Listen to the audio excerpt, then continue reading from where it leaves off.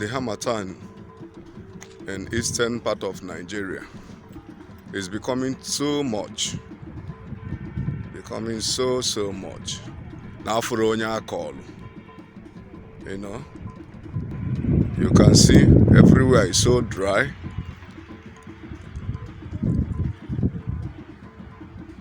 The breeze is so much.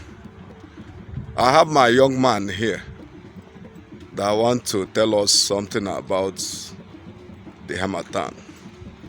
Kaimal no to say feeling now. I can Harmattan deal. You know. Young man, what's your name? My name is Anthony Amishi. Anthony Amishi.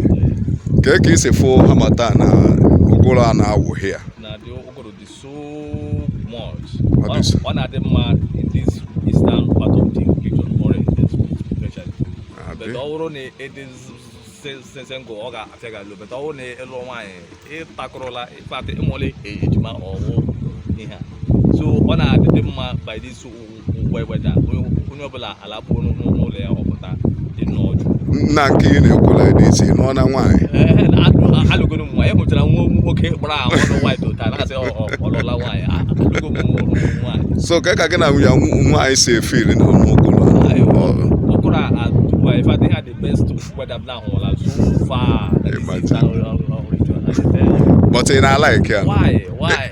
You know, some people will tell you that no, they don't like Harmattan, they prefer rainy season. You know, some people also tell you they prefer rainy season or Harmattan, they don't like rainy season. Can you like it? All the fact, all this Harmattan. Makagene, why?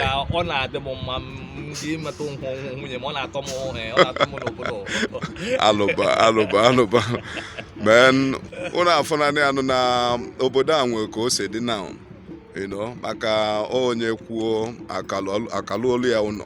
You know, all the very harsh. So some of us na like he had our best weather.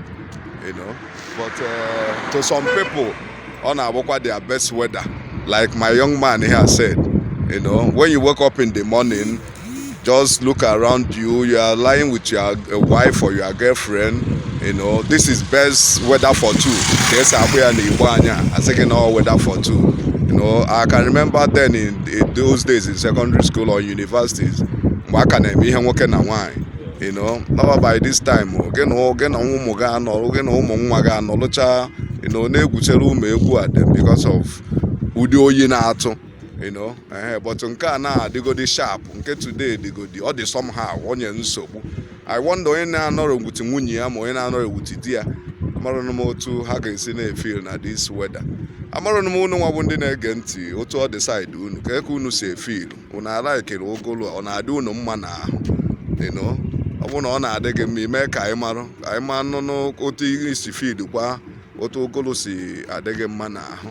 Because young man all like you ofuma in a hụ na ozulu keme and all ụmụ girls. I want the ihe ya na ụmụaka ga na-eme now n'ogolo a niile. Bill ka m jụkwa na nwunye gị ọnọ nso ka onwe ka o si ọpụla apụ maka onwe ka ọ ga-esi pụọ ibijo aka ibijogharịa.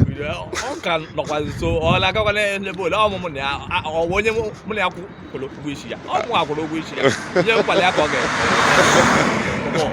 No, Abi, young man, it's okay.